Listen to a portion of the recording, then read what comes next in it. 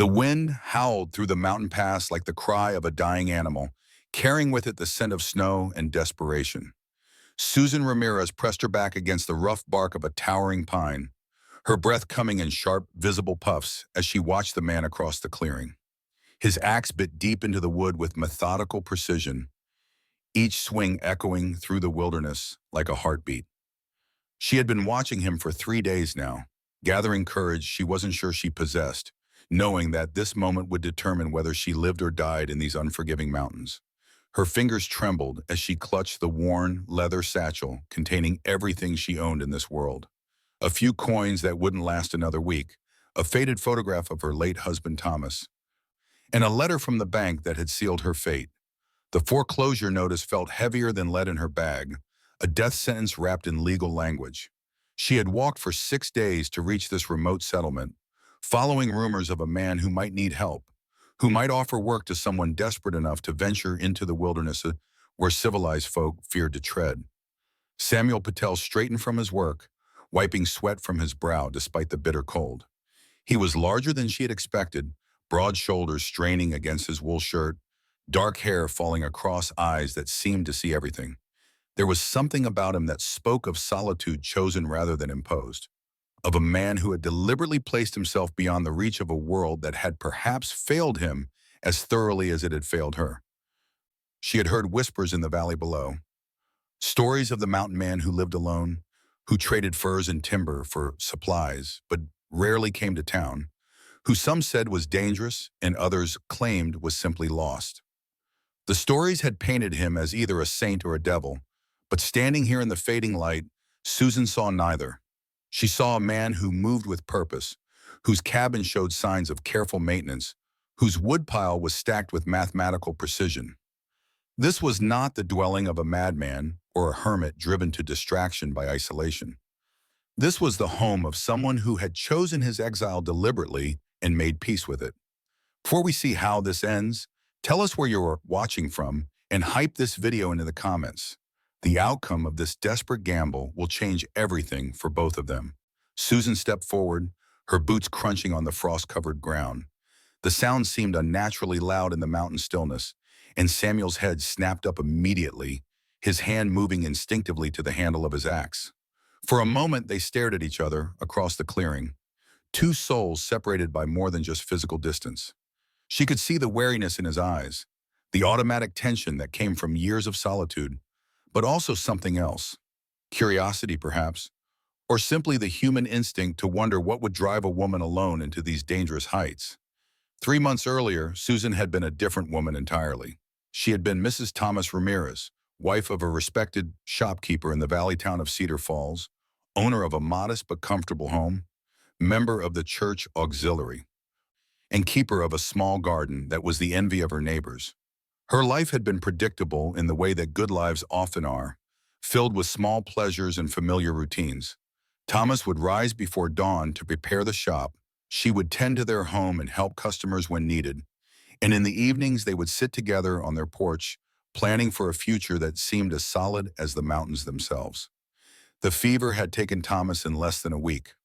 One day he was complaining of a headache, the next he was burning with temperature that no amount of cool cloths could bring down. The doctor had done what he could, but in those days before modern medicine, some illnesses were simply beyond human intervention. Susan had watched the man she loved waste away before her eyes, helpless to do anything but hold his hand and whisper prayers that seemed to disappear into the uncaring sky. The funeral had been well attended. Thomas had been liked in the community, known for his fair dealing and generous spirit. People had brought casseroles and kind words, had promised to look after her, had assured her that everything would work out. But kindness, Susan had learned, could not pay debts or keep creditors at bay. The shop had been mortgaged to purchase inventory that now sat unsold on dusty shelves. The house carried a loan that Thomas had been confident he could manage with his steady income.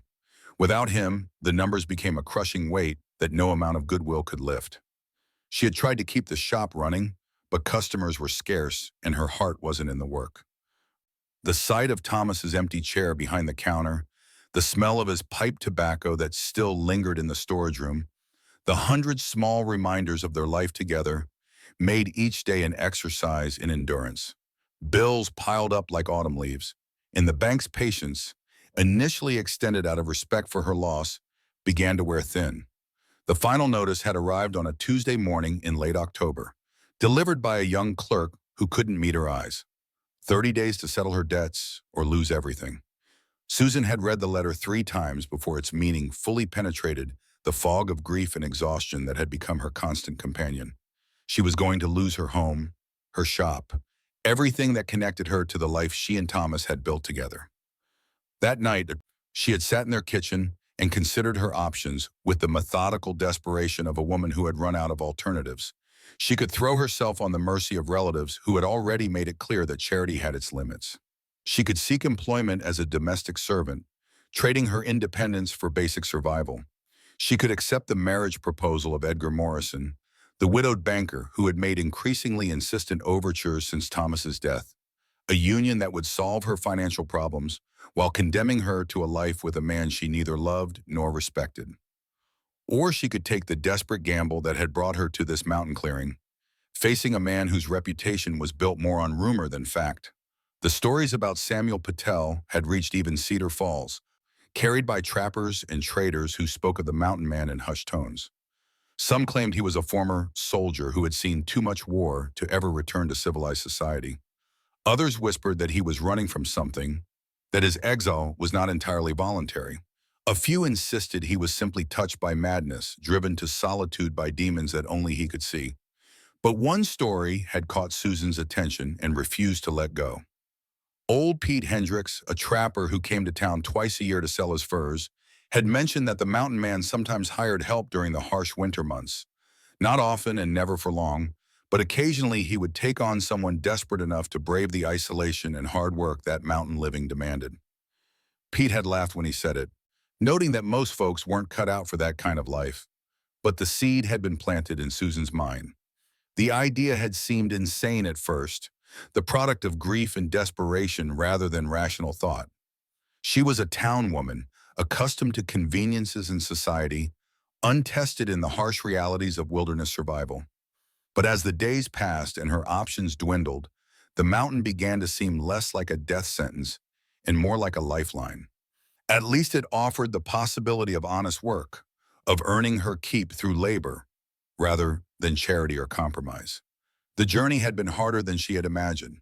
6 days of walking through increasingly difficult terrain, sleeping rough when she could find shelter, going hungry when her meager supplies ran low.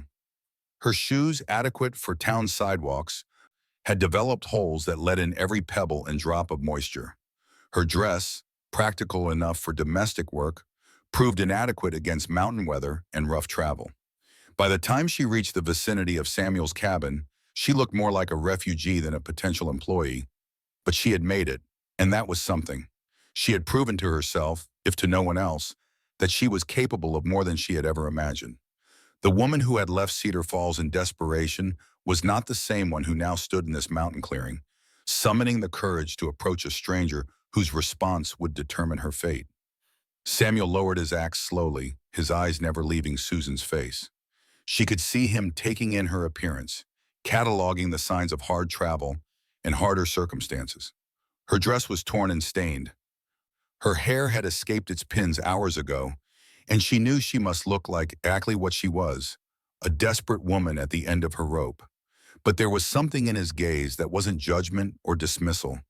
It was assessment, the look of a man who understood that appearances could be deceiving and that survival often came down to qualities that couldn't be seen on the surface. "You're a long way from anywhere," he said finally, his voice carrying the slight roughness of someone who didn't use it often. There was an accent there, subtle but present, speaking of origins far from these mountains. "What brings you to my door?" Susan straightened her shoulders, calling upon reserves of dignity she wasn't sure she still possessed. "I'm looking for work," she said, pleased that her voice came out steady, despite the hammering of her heart. "I heard you might have need of help." Samuel set his axe aside, leaning it against a nearby stump with deliberate care. "Did you now? And who might have told you that?" "Pete Hendricks mentioned it when he was in town. Said you sometimes took on help during the winter months." A slight smile played at the corners of Samuel's mouth, though whether it indicated amusement or something else entirely, Susan couldn't tell. Old Pete talks too much when he's been drinking. What makes you think you're suited for mountain work? The question was direct and not unkind, but it cut straight to the heart of Susan's fears. What did make her think she could survive in this harsh environment, far from everything she had ever known? She had no experience with outdoor labor, no knowledge of wilderness survival, no skills that seemed relevant to the life Samuel had built for himself. All she had was desperation and a stubborn refusal to accept defeat. "I don't know that I am suited for it," she admitted, the honesty surprising even herself. "But I'm willing to learn, and I'm not afraid of hard work. I've lost everything I had in the valley. This is my last option." Samuel studied her for a long moment, his dark eyes unreadable. She could almost see him weighing her words, considering the implications of what she was asking. Taking on a partner, even temporarily, would mean sharing his carefully ordered solitude, disrupting routines that had served him well for years. It would mean responsibility for another person's welfare in an environment that showed no mercy to the unprepared or unlucky. "What kind of work did you do before?" he asked. "I helped run a general store with my husband, kept house, tended a garden, managed accounts." The words felt inadequate even as she spoke them, a recitation of domestic accomplishments that seemed laughably irrelevant to mountain survival. "Your husband? Dead 3 months ago. Fever." The words came out flat, stripped of emotion by repetition and the protective numbness that grief sometimes provided. Samuel nodded, a gesture that somehow conveyed both understanding and sympathy without requiring words. "I'm sorry for your loss." The simple statement, delivered without elaboration or false comfort, touched something in Susan that more elaborate condolences had failed to reach. There was genuine feeling behind it, the recognition of one person who had known loss speaking to another. "Thank you," she said quietly. Samuel looked around the clearing, taking in the neat stacks of firewood, the well-maintained cabin, the various tools and equipment that spoke of a life built through careful planning and hard work.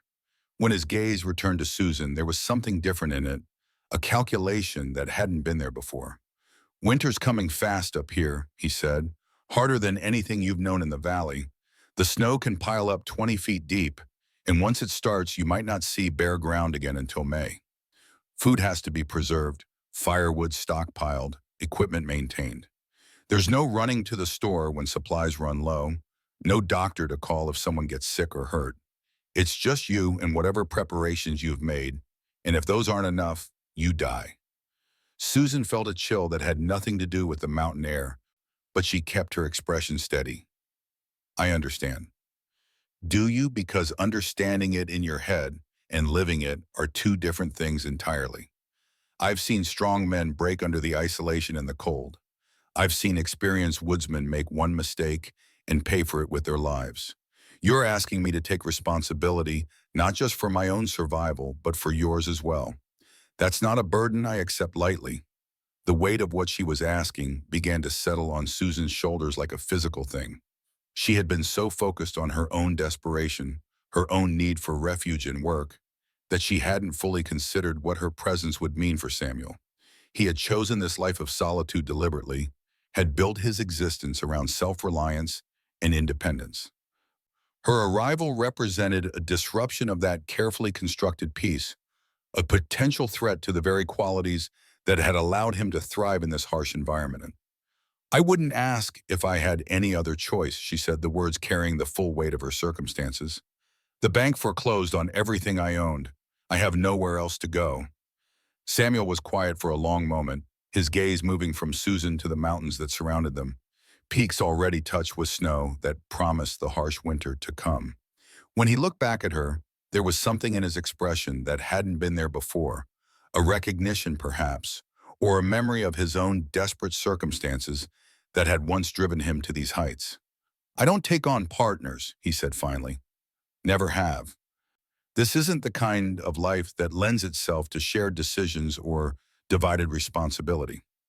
Susan's heart sank, but before she could respond, Samuel continued, "But I might consider taking on a partner, someone who could pull their own weight, contribute to the work that needs doing, and handle the isolation without going mad or causing trouble. The arrangement would be equal, share and share alike in the work and the results. No charity, no special consideration. You'd earn your place here the same way I've earned mine, through sweat and determination and refusing to quit when things get hard. The distinction between employee and partner wasn't lost on Susan. An employee could be dismissed, sent away when convenient, or when circumstances changed. A partner had rights, responsibilities, a stake in the success or failure of the enterprise. It was both more than she had dared hope for and more frightening than simple employment would have been. "What would that mean exactly?" she asked. "It means you work as hard as I do, learn what needs to be learned, and contribute equally to our survival. It means sharing the cabin, the food, the responsibilities, and the risks. It means that when spring comes, if we've both survived the winter, you'll have earned a half share of whatever profit we've made from furs and timber. It also means that if you can't handle the work or the isolation, if you become a liability rather than an asset, you leave. No arguments, no second chances. I won't risk my life for someone who can't or won't do what's necessary to survive." Susan felt the weight of the decision settling around her like the mountain air itself, thin and sharp and demanding careful consideration. Partnership meant equality, but it also meant accountability. There would be no room for weakness, no allowance for the grief and uncertainty that had been her constant companions since Thomas's death. Samuel was offering her a chance to rebuild her life, but only if she could prove herself worthy of aid. "What kind of work would I be doing?" she asked, trying to sound practical rather than terrified. Samuel gestured toward the various tasks evident around the clearing. "Everything: cutting and hauling firewood, hunting and trapping, preserving meat, maintaining equipment, keeping the cabin weatherproof. Come spring, we'll be cutting timber and preparing furs for market. Nothing glamorous, nothing easy, but honest work that pays well if you're good at it." "I've never done any of those things." "Then you'll learn or you won't survive. It's that simple." His tone wasn't cruel, merely factual, the way someone might observe that water freezes at a certain temperature. "I can teach you what you need to know, but I can't give you the will to learn it or the strength to apply it. That has to come from you." Susan thought about the alternatives that awaited her in the valley. Edgar Morrison's increasingly insistent courtship, a marriage that would solve her financial problems while condemning her to a life with a man whose touch made her skin crawl. The charity of relatives who had already made their limits clear. The prospect of domestic service, trading her independence for basic survival in someone else's household. None of those options offered the dignity of honest work or the possibility of building something new from the ashes of what she had lost. "How do I know you're trustworthy?" "Yeah, Oaheim," Tanya said, surprising herself with the directness of the question. "You could be anyone up here. No one would know what happened to be." Samuel's expression didn't change, but something flickered in his eyes that might have been respect. "You don't know. Just like I don't know if you're what you claim to be, or if you'll pull your weight, or if you'll go mad from the isolation and try to burn down the cabin in the middle of the night. We're both taking risks here." He paused, considering something, then continued. "But I'll tell you this much. My name is Samuel Patel. I came to these mountains 5 years ago after the war ended, looking for peace and finding it in solitude. I've built this place with my own hands, lived by my own rules, and never taken anything that wasn't freely given or fairly earned. I'm offering you partnership because I recognize desperation when I see it, and because I remember what it feels like to have nowhere else to turn. If that's not enough to convince you, then you should probably start walking back down the mountain before dark." The mention of the war explained some things about Samuel that Susan had sensed but couldn't name. The way he moved with unconscious precision, the manner in which his eyes constantly scanned his surroundings, the quality of watchful stillness that surrounded him like an invisible barrier. He was a man who had seen violence and learned to live with its memory, who had perhaps found in these mountains the peace that civilization couldn't provide. "What happened to the last person you worked with?" she asked. Samuel's smile was brief and without humor. "There wasn't one. I told you I don't take on partners. You'd be the first, which means we'd both be figuring it out as we go." The admission should have been frightening, but somehow it wasn't. There was something reassuring about Samuel's honesty, his willingness to acknowledge uncertainty rather than making promises he might not be able to keep. He wasn't offering her salvation, just opportunity. The rest would be up to her. "If I say yes," Susan said carefully, "what happens next?" "Next, you prove you can handle the work. I give you a week to show me you're serious about them, that you can learn what needs learning and do what needs doing. If you can't, or if you decide this life isn't for you, I'll give you supplies for the trip back down the mountain, and we'll part ways with no hard feelings. If you can handle it, we formalize the partnership and start preparing in earnest for winter." A week, 7 days to prove she could transform herself from a grieving shopkeeper's widow into a mountain woman capable of surviving one of nature's harshest environments. It seemed impossible, but then again, so had walking 6 days through wilderness to reach this place, and she had managed that. What about sleeping arrangements? The question came out more boldly than she had intended, but it needed to be asked. "The cabin has 2 rooms. You'd have the smaller one.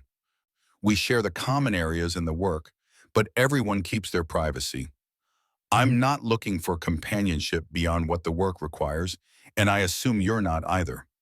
Susan nodded, relieved by his matter-of-fact approach to what could have been an awkward subject. Samuel was offering her partnership in survival, not anything more complicated or potentially dangerous. The arrangement would be built on mutual need and shared labor, not on the kind of emotional entanglements that could complicate an already difficult situation. "One more thing," Samuel said, his tone becoming more serious. If you become my partner in this, then you stay until spring. I won't have someone leaving in the middle of winter when I'm counting on their help to survive. The commitment goes both ways. I'll do everything I can to teach you what you need to know and keep you safe, but you have to promise that you'll see it through to the end, no matter how hard it gets." The finality of it struck Susan like a physical blow. Once she committed to this path, there would be no changing her mind, no second guessing, no retreat to familiar ground when the reality of mountain life proved harder than she had imagined. She would be locked in, dependent on her own resources and Samuel's knowledge, with months of isolation and hardship stretching ahead like an uncharted wilderness. But what was the alternative? Return to Cedar Falls in Edgar Morrison's grasping hands? Accept charity from relatives who had already made their reluctance clear? Try to find work as a domestic servant, trading her independence for basic survival? Every option available to her in the civilized world required her to sacrifice something essential, some piece of herself that she wasn't willing to give up. Here, at least, she would be trading her comfort and security for dignity and the chance to build something new. The work would be hard, the conditions harsh, but it would be honest labor that earned honest reward. If she could survive it, if she could prove herself worthy of Samuel's partnership, she would emerge from this winter with skills, resources, and self-respect that no one could take away from her. "I accept," Susan said, the words coming out stronger and more certain than she had expected. "I'll be your partner." Samuel nodded once, a gesture that somehow managed to convey both acceptance and warning. "Then we start now. Daylight's burning, and there's work to be done before dark." He led her toward the cabin, a solid structure built from logs that had been carefully fitted and chinked against the weather. The roof was steep to shed snow, the windows small but well placed to capture maximum light while minimizing heat loss. Everything about the building spoke of careful planning and skilled craftsmanship, the work of someone who understood that in this environment, attention to detail could mean the difference between life and death. "First thing you need to understand," Samuel said as they walked, "is that everything up here serves a purpose. Nothing is wasted, nothing is purely decorative. Every tool, every piece of equipment, every scrap of material has to earn its place by contributing to survival. You'll need to think differently about everything from food to firewood to the clothes you wear." Susan looked down at her town dress, already torn and stained from the journey, and understood immediately what he meant. The garment that had been perfectly adequate for her previous life was not only useless for mountain work, but potentially dangerous. The long skirt could catch on equipment or brush. The delicate fabric would provide no protection against cold or rough surfaces, and the impractical shoes were already causing her feet to blister and ache. "I don't have anything else to wear," she admitted. Samuel paused at the cabin door, considering. "I've got some spare clothes that might work temporarily. We'll need to get you properly outfitted before winter sets in hard, but for now, we'll make do with what we have." The interior of the cabin was larger than it had appeared from outside, with a main room that served as kitchen, workshop, and living area, and two smaller rooms that evidently served as bedrooms. Everything was meticulously organized, with tools hanging from pegs, supplies stored in labeled containers, and not a single item out of place. It was the home of someone who understood that in isolation, disorder could quickly become chaos, and chaos could be deadly. "Your room," Samuel said, indicating the smaller of the two bedrooms. It contained a narrow bed, a small dresser, and a single window that looked out over the valley below. The space was spartanly furnished but clean and well-maintained, with thick blankets that promised warmth against the mountain cold. Susan set down her satchel, the weight of her few possessions seeming almost laughable in this environment where every item had to justify its existence. The photograph of Thomas, the foreclosure notice, the handful of coins that represented the last of her resources from her previous life. All of it seemed to belong to a different world entirely. "Change into something you can work in," Samuel said, handing her a bundle of clothes from a trunk in the main room. "We'll start with firewood. It's the foundation of everything else up here." The clothes were men's garments, obviously too large for her arm, but they were made of sturdy wool and canvas that would provide protection and warmth. Susan retreated to her room and changed quickly, rolling up sleeves and cuffs to approximate a proper fit. When she emerged, she felt awkward and unfamiliar in the unfamiliar garments, but Samuel merely nodded approval. "Better. Now let me show you how to split wood properly. It's not about strength as much as technique, and technique can be learned." They spent the next several hours working with the woodpile, Samuel demonstrating the proper way to position logs, angle the axe, and follow through with the swing.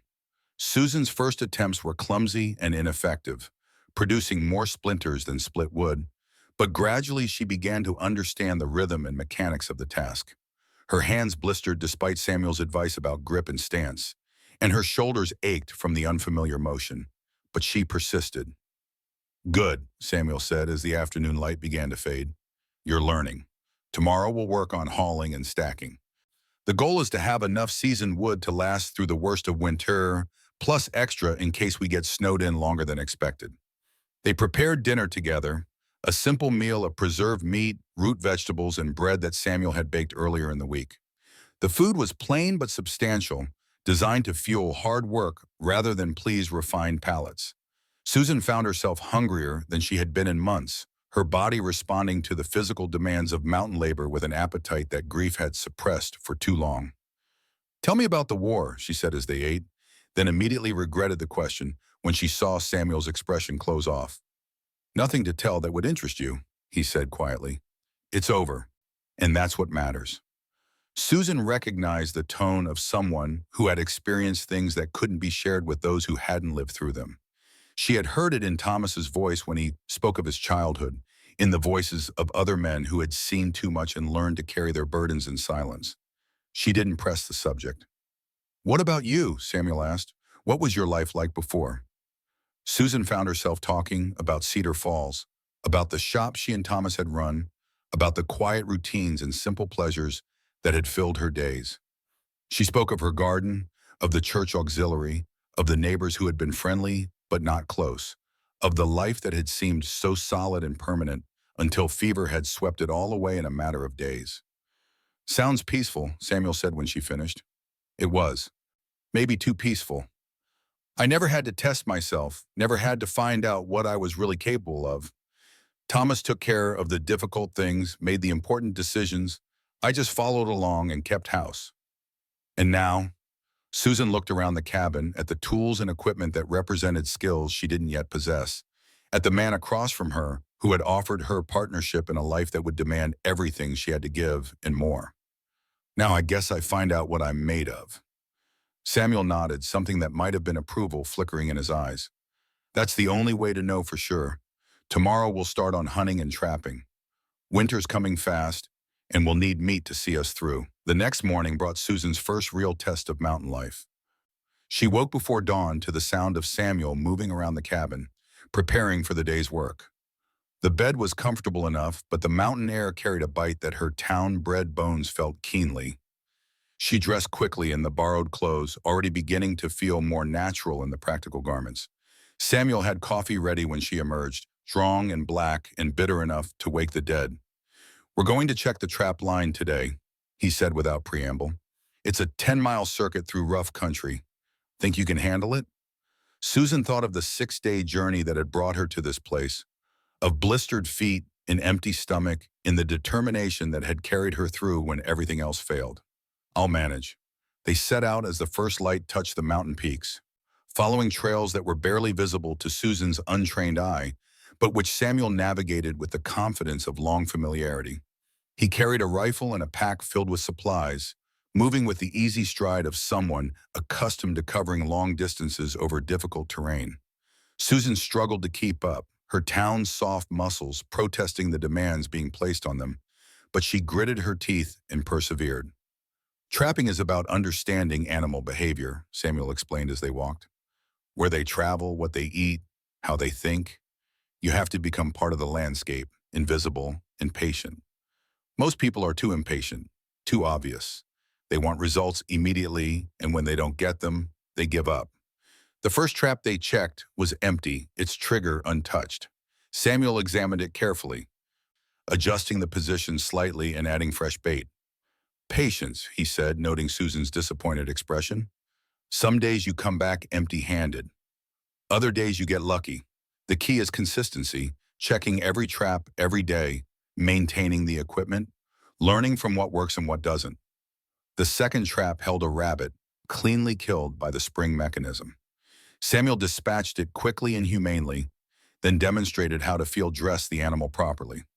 Susan watched closely, fighting down nausea at the sight of blood and the reality of death that city life had largely shielded her from. This was survival in its most basic form, the taking of life to sustain life, and she would need to become comfortable with it if she hoped to last the winter. "Can you do it?" Samuel asked, holding out his knife. Susan took the blade with hands that trembled only slightly. The work was messy and unpleasant, but not as difficult as she had feared. Samuel guided her through the process, correcting her technique and explaining the reasoning behind each step. When she finished, she felt a strange mixture of revulsion and accomplishment, the satisfaction of having completed a necessary task despite her natural reluctance. They continued along the trap line, finding 2 more rabbits and a small fox whose pelt would bring good money when trading season arrived. Samuel showed Susan how to reset each trap, how to read the signs that indicated animal activity, how to position snares for maximum effectiveness. The work required patience and attention to detail, qualities that Susan was beginning to understand were essential for mountain survival. "Why did you really come up here?" she asked as they paused for a midday meal of jerky and hardtack. Samuel was quiet for so long that Susan thought he wasn't going to answer. When he finally spoke, his voice carried the weight of old pain carefully contained. "I got tired of people, tired of their expectations, their judgments, their need to put everything and everyone into neat little categories. The war taught me that most of what civilization calls important isn't important at all. Up here, things are simpler. You work or you die. You prepare for winter or you freeze. You respect the mountain or it kills you.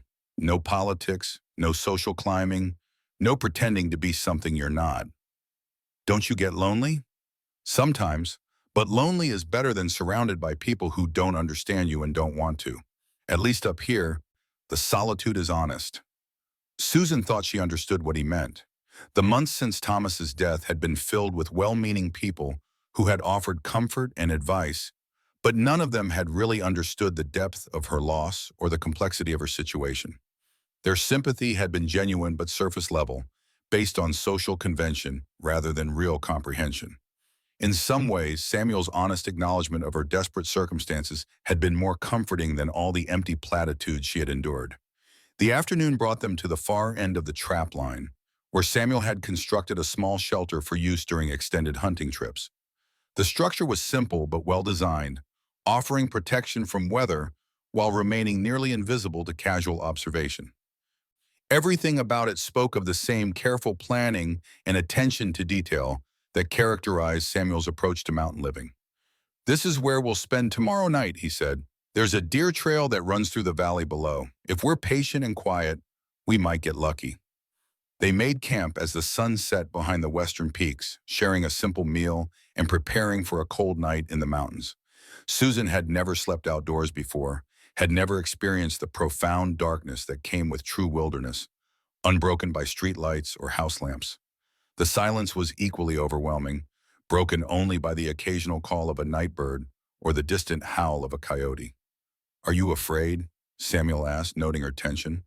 Susan considered the question carefully. "Yes," she said finally, "but not of the dark or the cold or the animals. I'm afraid of failing, of not being strong enough or smart enough to survive this. I'm afraid of proving that everyone who thought I was foolish to come up here was right." "Fear can be useful if you don't let it paralyze you," Samuel said. "It keeps you alert, makes you careful, reminds you that the stakes are real. The people who don't survive up here are usually the ones who think they have nothing to fear."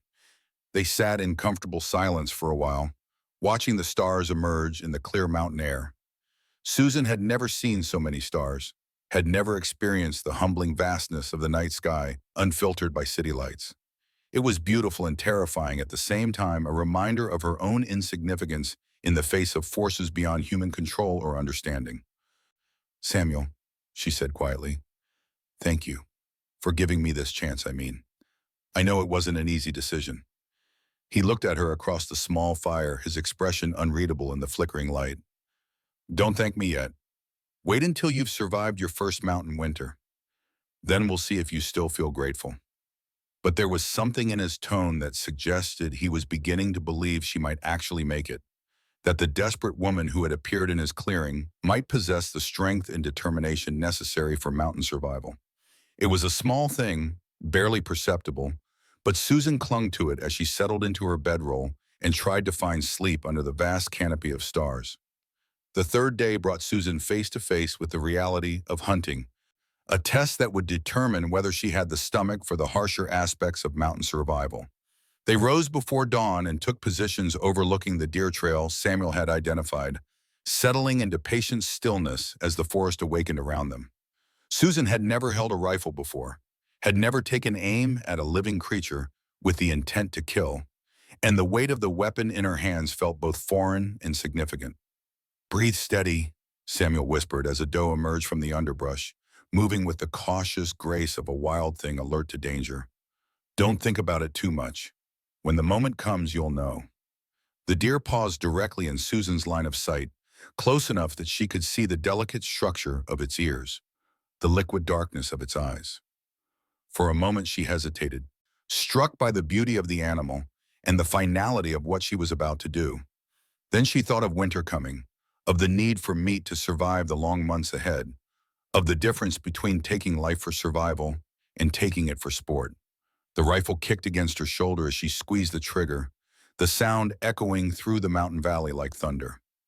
The doe dropped cleanly, killed instantly by a shot that Samuel later praised for its accuracy and placement.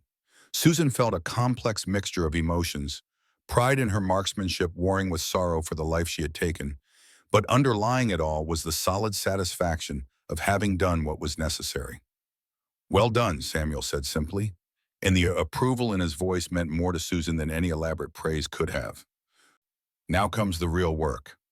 Field dressing a deer was far more involved than preparing the small game they had taken from the traps, requiring knowledge of anatomy and careful technique to avoid spoiling the meat. Samuel guided Susan through the process, explaining each step and the reasoning behind it. The work was messy and physically demanding, but Susan approached it with the same determination that had brought her this far.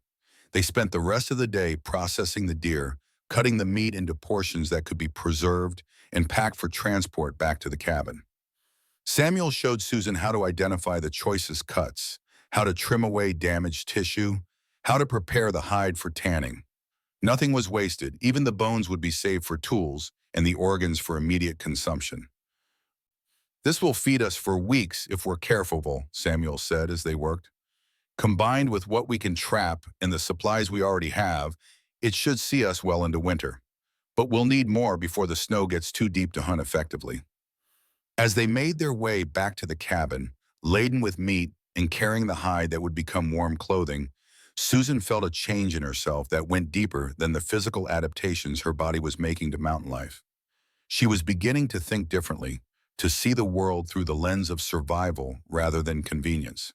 Every plant they passed was evaluated for its potential usefulness, every animal sign noted and cataloged, every change in weather assessed for its implications. This transformation was not without cost. The soft hands that had once arranged flowers and folded laundry were now calloused and scarred from rough work. The body that had been accustomed to regular meals and comfortable beds was learning to function on less food and harder conditions. But along with the physical changes came something else, a growing confidence in her ability to handle whatever challenges the mountain might present. That evening, as they prepared a meal from the fresh venison, Samuel began teaching Susan about food preservation. Salt curing, smoking, drying, each method had its advantages and applications. The meat that couldn't be consumed immediately would need to be processed quickly to prevent spoilage, a task that would occupy much of the next several days. Winter up here isn't just about staying warm, Samuel explained as they worked. It's about having enough food to maintain your strength, enough fuel to keep the fire going, enough supplies to handle emergencies. Everything has to be planned and prepared in advance, because once the deep snow comes, you're committed to whatever decisions you've made. Susan was beginning to understand the weight of that commitment. In her previous life, running out of something had meant a trip to the store. Here, poor planning could mean death. The responsibility was both frightening and exhilarating, demanding a level of self-reliance that she had never been required to develop. "How do you know you've prepared enough?" she asked. "You don't, not really. You prepare for the worst winter you can imagine, then prepare a little more. Some years you'll have supplies left over when spring comes. Other years you'll be counting every scrap of food and wondering if it will last. The mountain doesn't care about your preparations. It just is what it is." As the days passed, Susan's education in mountain survival continued. Samuel taught her to read weather signs, to identify edible plants, to maintain and repair equipment. She learned to split kindling with an economy of motion that would have been impossible a week earlier, to set snares with the patience of a predator, to move through the forest with something approaching silence. But perhaps most importantly, she learned to trust herself. Each successful completion of a difficult task, each problem solved through her own ingenuity, each day survived in this harsh environment, added to a growing store of confidence that no amount of encouragement from others could have provided. She was discovering capabilities she had never suspected she possessed, strengths that had been dormant during her comfortable life in Cedar Falls. The night of her 7th day on the mountain, Samuel made his evaluation. "You'll do," he said simply, the words carrying more weight than any elaborate ceremony could have. "Tomorrow we start preparing in earnest for winter. No more learning exercises. From here on, everything we do is for real." Susan nodded, feeling the significance of the moment. She had passed her trial period, had proven herself worthy of partnership in this demanding life. The frightened widow who had climbed the mountain trail a week ago was gone, replaced by someone harder and more capable. Someone who could look at the approaching winter, not with terror, but with determination. The next phase of Susan's mountain education began with the arrival of the first serious snow, fat flakes that fell steadily throughout the night and transformed the landscape into something alien and beautiful. She woke to a world muffled in white, where familiar landmarks had been obscured and the very air seemed to carry a different quality of silence. Samuel was already up, checking the cabin's weather seals and adding extra wood to the fire. "This is just the beginning," he said, noting Susan's wonder at the transformed landscape. "By January, this will look like a light dusting. The real test comes when the snow is so deep you can walk over the tops of pine trees, when the temperature drops so low that exposed skin freezes in minutes, when the wind howls for days without stopping. They spent the morning reinforcing their preparations, checking stored supplies and making final adjustments to equipment. The meat from their recent hunt had been processed and stored, joining preserved vegetables and other provisions that would sustain them through the long months ahead. Every container was labeled and organized, every tool cleaned and properly maintained. Organization isn't just about neatness up here, Samuel explained as they worked. When you're dealing with a blizzard and you need something urgently, you can't afford to waste time searching. Everything has to have its place and be in its place, or you could die while looking for what you need. Susan was beginning to understand that mountain survival was as much about mental discipline as physical capability. The habits and routines that might seem excessive in a forgiving environment became essential when the margin for error disappeared. There was no room for carelessness, no tolerance for the kind of minor oversights that civilization could easily absorb. As the snow continued to fall, they worked on indoor tasks that would occupy much of the winter months. Susan learned to tan hides, transforming the deerskin into supple leather that could be fashioned into warm clothing and essential equipment. The process was time-consuming and required constant attention, but the result would be garments specifically designed for mountain conditions. Store-bought clothes are made for comfort and appearance, Samuel said as Susan worked the hide with patient strokes. What we make here is designed purely for function. It has to keep you warm, dry, and protected, and it has to last because there's no replacing it if it wears out. Samuel also began teaching Susan the finer points of equipment, maintenance, and repair. Every tool, every piece of gear had to be kept in perfect working condition because failure at the wrong moment could be catastrophic. She learned to sharpen knives and axes to razor keenness, to repair tears in fabric with stitches that would hold under stress, to maintain the rifles that were essential for both hunting and protection. "What kind of protection?" Susan asked when Samuel mentioned the latter. Samuel's expression grew serious. "Bears mostly, though they should be hibernating soon. Occasional wolves, though they usually avoid humans. Mountain lions are the real concern. They're solitary hunters, smart and patient, and they don't fear people the way other predators do.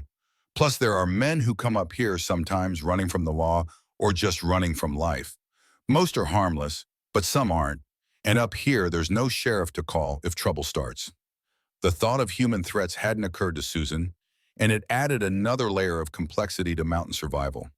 The isolation that provided peace and freedom from social pressures also meant isolation from help and protection. She and Samuel would be entirely dependent on their own resources and judgment, with no external authority to appeal to if things went wrong. "Have you had trouble with people before?" she asked. "Once, 3 men came through 2 winters ago, claimed to be prospectors but acted more like outlaws. They wanted supplies and weren't particular about paying for them. I convinced them to move on, but it was a near thing." Susan noticed that Samuel didn't elaborate on how he had convinced them, but something in his tone suggested that his military experience had proven useful in ways that had nothing to do with wilderness survival. It was a reminder that her partner was a man capable of violence when necessary, a quality that might prove essential in this unforgiving environment. The snow continued for 3 days, piling up against the cabin walls and transforming the familiar clearing into an unrecognizable landscape of drifts and shadows. Susan watched through the small windows as their world contracted to the immediate vicinity of the cabin, everything beyond a few dozen yards disappearing into white obscurity. "This is what isolation really means," Samuel said, following her gaze. "For the next several months, this cabin and the area immediately around it will be our entire world. No visitors, no news from outside, no contact with anyone beyond these walls. Some people find it peaceful, others go mad." Susan considered this, thinking about the social connections that had structured her previous life. Church services, neighborhood visits, trips to town for supplies and gossip. All the small interactions that had provided rhythm and meaning to her days. All of that was gone now, replaced by the intense but limited relationship with Samuel and the demanding routine of survival. "I think I prefer it," she said, surprising herself with the admission. "The simplicity, I mean. No pretending, no social obligations, no need to be anything other than what the situation requires." Samuel nodded, understanding in his expression. "That's what drew me here too. The honesty of it. The mountain doesn't care about your background or your social status or your plans for the future. It only cares about what you can do right now, today, to earn your survival. As the storm cleared and they ventured outside to assess the damage and clear paths, Susan felt a profound sense of accomplishment. She had survived her first mountain blizzard, had contributed meaningfully to their preparations, had proven herself capable of the mental and physical demands that winter survival required. The frightened widow who had begged for work was becoming someone stronger, more self-reliant, more confident in her ability to handle whatever challenges lay ahead. But the real test was still to come. This had been just a preview, a gentle introduction to the power that winter could unleash in the mountains. The months ahead would bring cold that could kill in minutes, storms that could last for weeks, and an isolation so complete that the outside world would seem like a distant memory. Whether she could maintain her determination and sanity through all of that remained to be seen. January brought the kind of cold that Susan had never imagined possible. Temperatures so low that the air itself seemed to crystallize and breathing became a conscious effort. The cabin's thick walls and careful construction kept the interior livable, but just barely. Ice formed on the inside of the windows despite the constant fire, and water left in containers overnight froze solid. Susan learned to sleep fully clothed and to keep extra blankets within reach, to never let the fire burn too low no matter how tired she might be. Cold like this can kill you in your sleep if you're not careful, Samuel warned as they banked the fire one particularly bitter night. Your body stops generating enough heat to keep vital organs functioning, and you just slip away. It's not a bad way to die, all things considered, but it's permanent. The warning wasn't academic. Susan had woken several mornings to find frost on her blankets, evidence of how close the deadly cold had come to penetrating their defenses.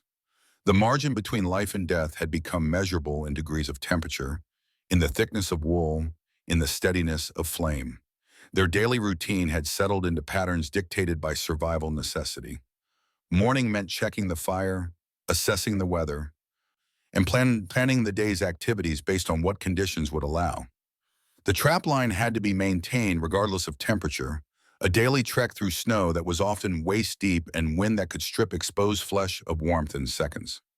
Susan had learned to move efficiently in the heavy winter clothing that was essential for survival, layers of wool and leather that transformed her into a bulky but warm figure capable of working in conditions that would have killed her unprotected. The transformation was complete now. Nothing remained of the town woman who had climbed the mountain trail months ago. "You've become someone different," Samuel observed one evening as they worked by firelight, repairing equipment and preparing for the next day's tasks. "Stronger, more sure of yourself." Susan looked up from the harness she was mending, considering his words. "I had to become someone different. The person I was before wouldn't have survived a week up here." "Most people never find out what they're really capable of," Samuel said. "They live their whole lives within narrow boundaries, never testing themselves against real challenges. You've been forced to discover your limits, and they're further out than you thought." It was true. Susan had surprised herself repeatedly over the past months, accomplishing tasks and enduring hardships that would have seemed impossible from her previous perspective. She had killed and butchered animals, hauled logs through deep snow, endured cold that penetrated to her bones, and maintained her sanity through weeks of isolation that would have broken many people. But the isolation wasn't complete. She and Samuel had developed a partnership that went beyond mere cooperation for survival. They had learned to read each other's moods and needs, to work together with minimal communication, to provide the human contact that kept loneliness from becoming despair. It wasn't romance, wasn't even deep friendship in the conventional sense, but it was connection, and that made all the difference. "Do you ever regret it?" Susan asked, "leaving civilization behind?" Samuel was quiet for a long moment, his hands continuing their work on a trap mechanism that needed adjustment. "Sometimes I miss certain things. Books, mostly. Music. The occasional conversation with someone who's read the same things I have, seen the same places. But I don't miss the pretense, the constant need to perform for other people's expectations. Up here, I can be exactly who I am without apology or explanation." "And who are you exactly?" Samuel's smile was brief but genuine. A man who found peace in solitude and purpose in honest work. Someone who learned that most of what civilization calls important isn't important at all, and that the things that really matter can be counted on the fingers of one hand. February brought the worst storm Susan had yet experienced, a blizzard that lasted for 8 days and piled snow to the cabin's eaves. The wind howled with a voice that seemed almost human, rattling the shutters and seeking every tiny gap in their defenses. For more than a week, they were prisoners in their own home, unable to venture outside for more than a few minutes at a time. The psychological pressure was intense. The cabin, which had seemed spacious enough during better weather, began to feel cramped and confining. Every sound was magnified, every habit became irritating, every small disagreement threatened to explode into something larger. Susan began to understand why Samuel had warned about people going mad during mountain winters. But they endured, maintaining their routines as much as possible, finding ways to occupy their minds and hands despite the confinement. Samuel had a small collection of books that Susan devoured hungrily, stories and histories that transported her beyond the cabin walls. She taught Samuel card games that Thomas had enjoyed, simple diversions that helped pass the long evening hours. "The storm will break soon," Samuel said on the seventh day, reading signs in the wind and sky that were invisible to Susan's untrained eye. "Tomorrow or the next day at the latest, then we'll dig out and assess the damage." He was right. On the eighth day, Susan woke to silence, the absence of wind so profound that it seemed like a physical presence. They emerged into a world transformed, where familiar landmarks had disappeared under drifts that reached the lower branches of tall trees. The work of digging out was exhausting, but it felt like liberation after days of confinement. "Look," Samuel said, pointing to tracks in the snow near their woodpile. "We had visitors during the storm. The tracks were large, round, with claw marks that spoke of a creature powerful enough to be dangerous." Susan felt a chill that had nothing to do with the temperature. "Bear?" she asked. "Mountain lion, I think. Probably looking for shelter, maybe attracted by the smell of our food stores. It moved on when it couldn't find easy access, but we'll need to be more careful. A hungry predator can be unpredictable." The reminder that they shared these mountains with creatures that could kill them was sobering, but not paralyzing.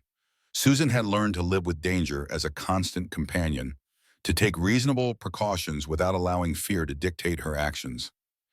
It was another aspect of mountain life that had changed her, this acceptance of risk as the price of freedom.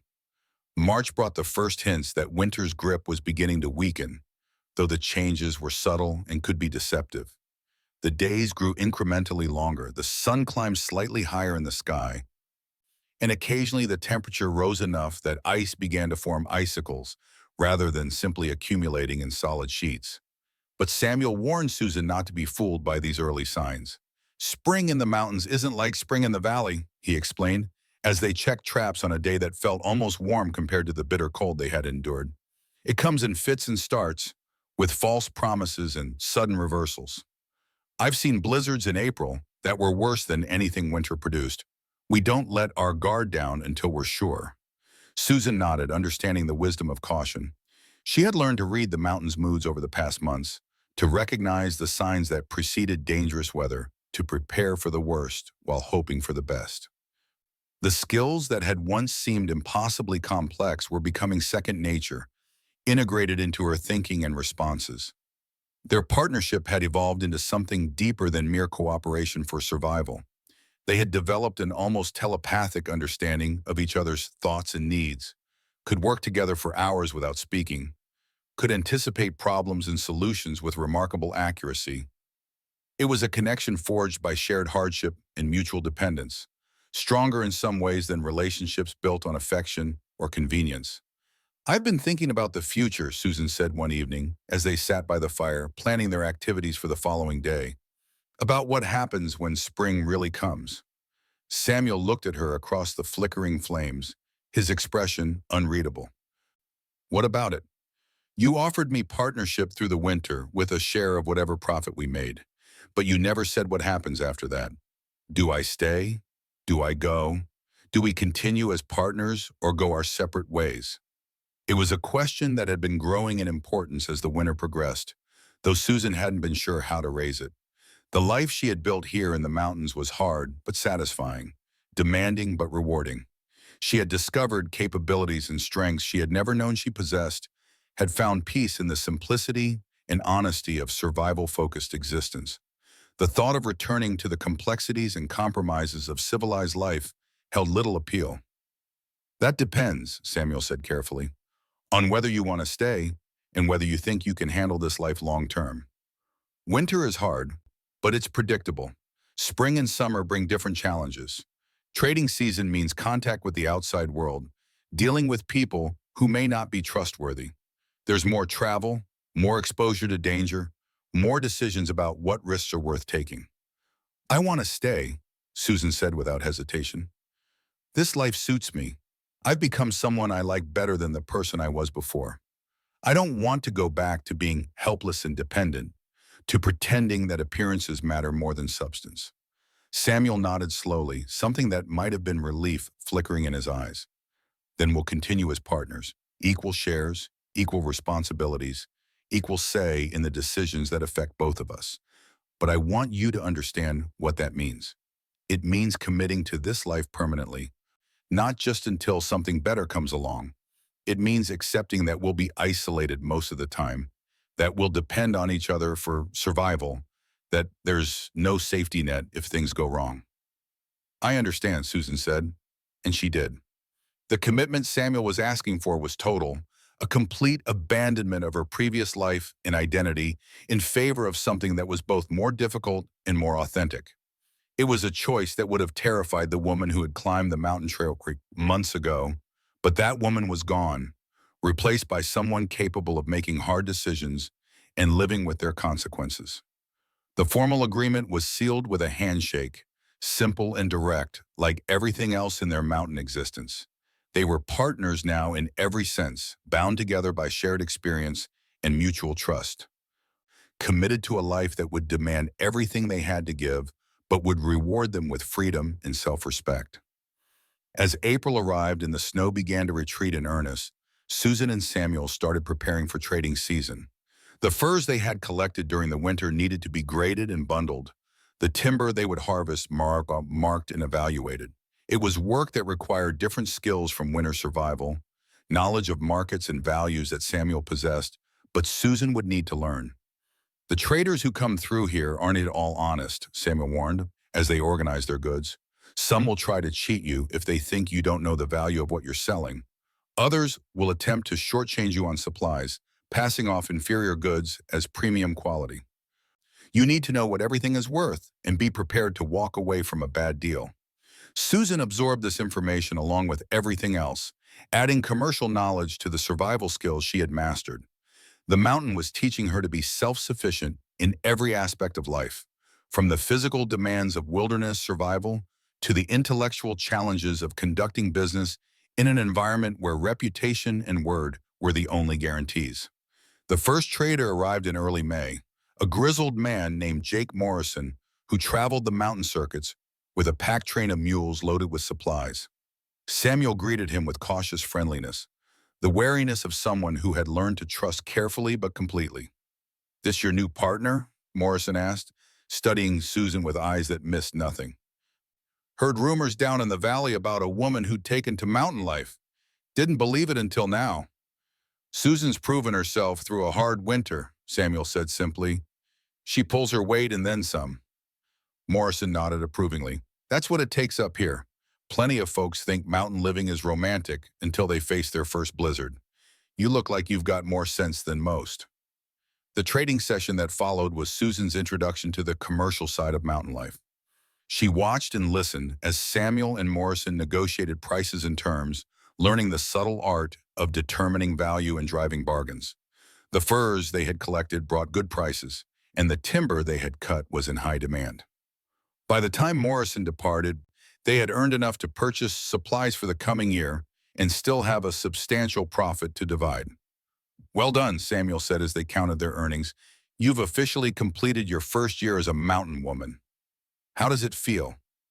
Susan looked around at the cabin that had become her home, at the tools and equipment that represented skills hard-won through months of difficult learning, at the man who had given her a chance when she had nowhere else to turn. She thought of the person she had been when she arrived, desperate and dependent, and compared her to the capable, confident woman she had become. "It feels like coming home," she said simply, and knew that it was true. The second summer of Susan's mountain life brought challenges and rewards she had never anticipated. With the foundation of survival skills firmly established, she and Samuel were able to expand their operations, exploring new areas for timber and fur, developing more sophisticated techniques for processing and preserving their goods. The partnership that had begun as a desperate gamble had evolved into something both profitable and deeply satisfying. "You've changed the dynamic up here," Samuel observed one evening as they sat on the cabin porch, watching the sun set behind the western peaks. "Having a partner has made things possible that I never could have managed alone. We're more efficient, more productive, and frankly, more successful than I ever was working by myself." Susan smiled, feeling the deep satisfaction that came from work well done and challenges successfully met. "I never imagined I could be happy living this way, but I am. Happier than I ever was in my previous life, if I'm honest. There's something to be said for a life where every day has clear purpose and measurable results." The transformation was complete now, visible in everything from her calloused hands to her confident bearing. The soft town woman who had begged for work had become someone harder and more capable, someone who could face winter storms and dangerous animals with equal composure. She had learned to trust herself completely, to rely on skills and knowledge that she had earned through months of difficult experience. Their success had not gone unnoticed in the wider community of mountain dwellers and traders. Word had spread of the partnership between Samuel Patel and Susan Ramirez, of the woman who had not only survived her first mountain winter, but had thrived in it. Other isolated settlers began seeking their advice, and traders made special efforts to include their remote location in their circuits. "You've become something of a legend," Morrison told Susan during his spring visit. "The widow who became a mountain woman. There are folks down in the valley who still don't believe it's possible, but the proof is in the results. You two are producing some of the finest furs and timber in the region." The recognition was gratifying, but more important was the security it represented. Susan had not just survived her desperate gamble, she had built something lasting and valuable. The partnership with Samuel had evolved into a business that could support them both comfortably, with prospects for continued growth and success. But perhaps most importantly, she had discovered who she really was beneath the social roles and expectations that had defined her previous existence. The mountain had stripped away everything that was merely decorative or conventional, leaving only what was essential and authentic. What remained was someone she could respect and trust, someone capable of facing whatever challenges life might present. "Do you ever think about going back?" Samuel asked one day as they worked together, cutting timber that would become next winter's firewood. "To the valley, I mean." "To the life you had before." Susan paused in her work, considering the question seriously. "Sometimes I think about it, but not with any real longing. That life belonged to a different person, someone who needed other people to make decisions for her, who couldn't imagine surviving on her own. I'm not that person anymore." "Any regrets?" "Only that it took desperation to bring me here. I wish I had found the courage to test myself earlier, to discover what I was capable of before circumstances forced the choice. But I suppose most people never get the chance to find out who they really are when everything comfortable is stripped away." Samuel nodded, understanding in his expression. "That's the gift the mountain gives to those strong enough to accept it. Clarity about what matters and what doesn't, knowledge of your own capabilities and limitations, peace that comes from living authentically rather than performing for others." As autumn approached and they began preparing for their second winter together, Susan reflected on the journey that had brought her to this place. The desperate widow who had climbed the mountain trail seeking any kind of work had found something far more valuable than employment. She had found herself, discovered capabilities she had never suspected, built a life that was both challenging and deeply satisfying. The partnership with Samuel had evolved beyond mere business cooperation into something that was both more and less than traditional relationships. They were bound together by shared experience and mutual dependence, by respect earned through hardship and trust, proven through crisis. It was a connection that transcended conventional categories, defined by what they had built together rather than by social expectations or romantic conventions.